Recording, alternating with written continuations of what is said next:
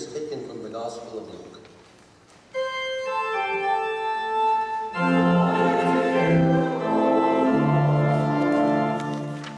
Jesus also told this parable to some who trusted in themselves that they were righteous and regarded others with contempt.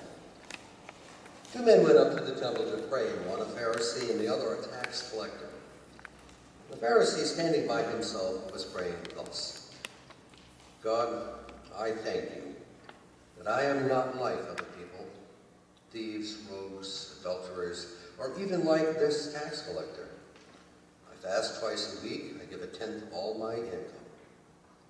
But the tax collector, standing far off, would not even look up to heaven, but was beating his breast and saying, God, be merciful to me, a sinner. I tell you, this man went away to his home justified rather than the other. For all who exalt themselves will be humbled, but all who humble themselves will be exalted. And this is the gospel of the Lord.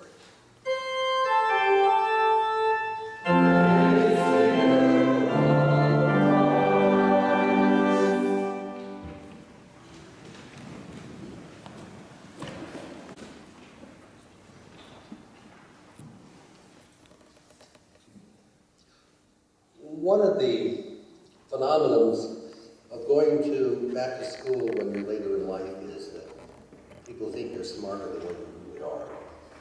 When I went to seminary, I was walking to class the first day, and several students asked me what class I taught.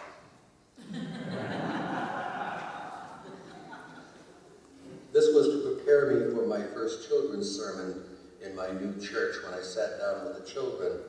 And I was new to them, and I said, do you know who I am? And one little girl said, you're Noah.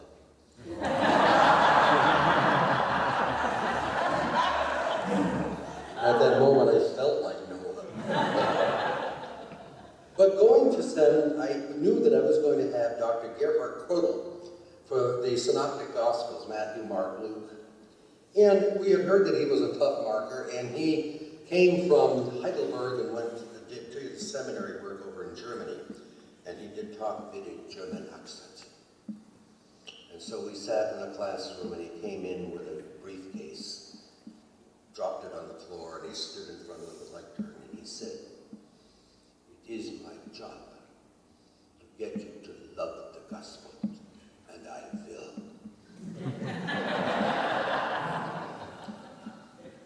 Nothing like being scared into loving the gospel. But what went over our head is he didn't say the Gospels, because he was teaching Matthew, Mark, and Luke, right? But he didn't pluralize it. He said, it's my job to get you to love the Gospel, singular. And we didn't get it at that time, but it became more apparent as he taught.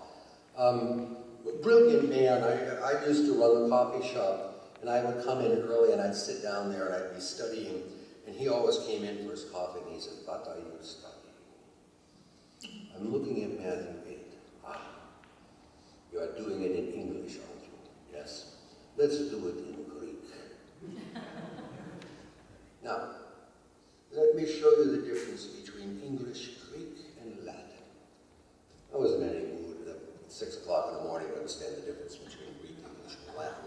But he was brilliant. He could work simultaneously in 3 languages.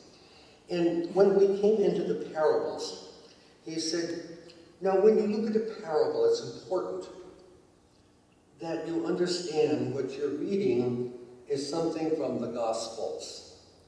And it is your job to dig deeper and find the gospel, the singular gospel. And this is what I think we are faced with this morning, and I think Dr. Krödel was absolutely right. Because what we're dealing with is a parable of Jesus talking about 2 different types of people. And they're people that are easy to relate to. We can relate to them easily. We all know what the haughty people, perfectionists are like, aren't they? They like and need to be perfect. And when they discover that people around them aren't perfect, they become a little bit discouraged and look down upon those people, as this man does. He starts off rather good. God, I thank you. That's not bad, is it? But then it goes downhill. And the personal pronoun, I, is repeated. And suddenly, by the time he shuts up, it It's not about God at all, it's about him. Very interesting in the way this parable is working. And so as a result, we stand and okay, here we got the first person in the story, now we come to the second. And you got a tax collector, you know, those terrible people who up your tax by maybe 20% and then they keep it in their pocket. And he's standing far off. He's not going near the temple. Just the Pharisee's standing near it. And he says, "Be merciful to me because I am a sinner." And we had some fun with this in the adult Bible class this morning, talking about the difference between the two people. You know, well, did the sinner go away and stop sinning? No, we don't know. Did he get better about all of this? Did he have to go back every week and do the same thing over and over? Did he think if he did that every week, if he did it over and over, that God was going to say, "I'll give you another reprieve until you get back here next week, and we'll try this once more"? We have no idea, do we? And that's the way parables are. They're open-ended. They don't always draw conclusions, although Jesus does somewhat at the end, and he says, "I'm telling you that this sinner went home justified rather than the other. For all who exalt themselves will be humbled, all who humble themselves will be exalted." So, you've got some judgment going on here. But the real question is justified. Because Lutherans love Reformation Sunday. They love to quote Romans, "We are justified by faith through grace apart from works of the law."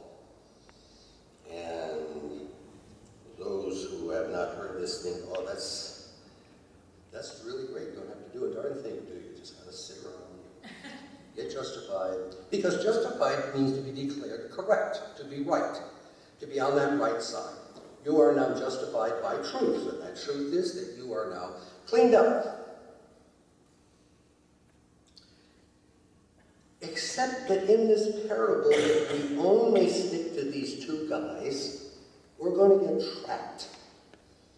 Because on either side, we want to see the good, bad, and otherwise of either the tax collector or the publican, the Pharisee. And because we don't like haughty people, we're going to look at the Pharisee and say, "Swelled head. Don't you just hate that?" I hate it in politicians. I see it all the time in these movie stars who get on a plane and think they own the whole darn plane. These people are annoying, and the minute you do that, you become the Pharisee. You see how entrapped you are? You're not going to get out of this one. Most people like to judge swell-head people, don't they? It's just a normal thing. Am I like that? The minute you judge, I'm sure you are. It's a trap. Then we like the sinner. We say, "Well, you know, that makes sense to me. If you're a sinner, you ought to cry out to God to be merciful." And he's beating his breast and saying, "God, be merciful to me, a sinner." Now, this is a really deep scene, isn't it? I challenge anyone in this church this morning to have fallen on their knees, beat their breast, and call themselves a sinner. Show of hands. I'm not going to raise mine either. I've never done it. Somehow I think, yeah, I know I'm a sinner. But I'm not a big-time sinner. You gotta be big-time. You gotta really, really get out there and pull off the big ones.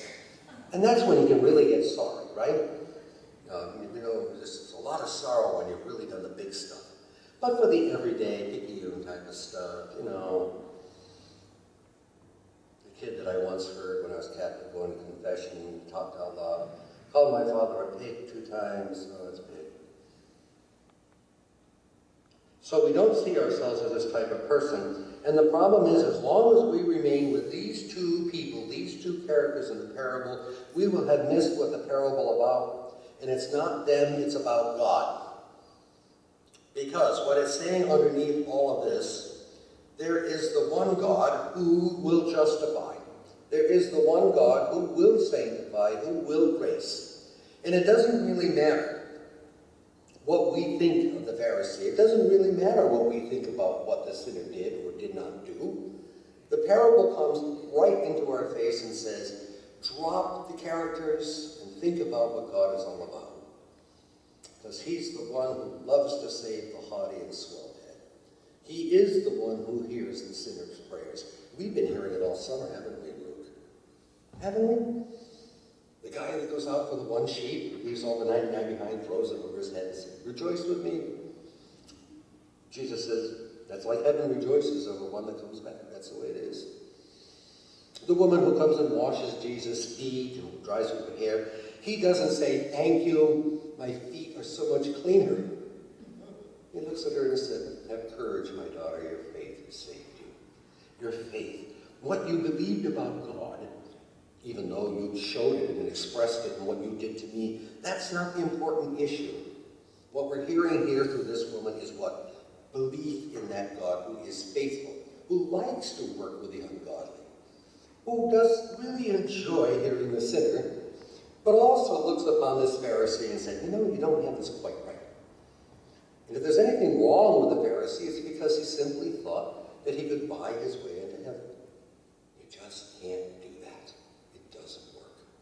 So when we look at a text like this on Reformation Sunday, it is a reminder that we who like to throw up the banner of Romans, where it says we are justified by faith through grace apart from works, it doesn't end there.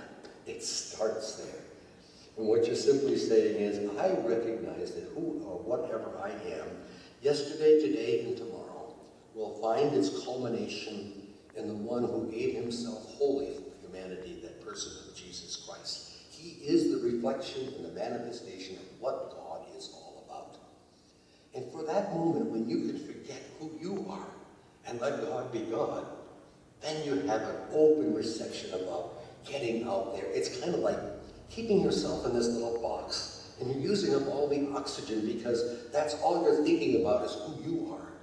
And to open that box and let the freedom of who God is come into your life offers you the possibility that you're never going to be perfect. You're never going to be the grandiose sinner. That we who are somehow caught in between are not much different than either one of these two people. We are in need of that type of love. We are in need of that type of acceptance. We are in need of a God who loves to work for broken people. And if we can understand the Reformation as that, then we will be children of the Reformation. There's too much time, I think, at least in all the stuff that I have learned, for Reformation Sunday to be a rehash of history. This is what Luther did. He nailed the thesis on the door. Yes, I know he did, and I think most of you know it too. And the recitation of that every single Reformation Sunday doesn't necessarily reform who we are until we grab it, hold fast to it, and say, this is who I'm all about. This is why Luther did this. And it doesn't really matter who was Pope at the time, or what bull there was who had excommunicated him. Even the language of Exsurgi Domine, which opens up the excommunication of Luther, the Pope writes, arise, O Lord, a wild pig has invaded your vineyard. That doesn't get much more than that. I've never had anybody write that about me. I doubt if anybody's going to write that about you. And so we want to stay there and say, this is what the Reformation was all about. And no, it wasn't. It was the beginning, as I think Gerhard Krogel said, look at the text, hear the parable, see who the characters are, and read deeper. Because when all is said and done, these people pass away, and so shall we.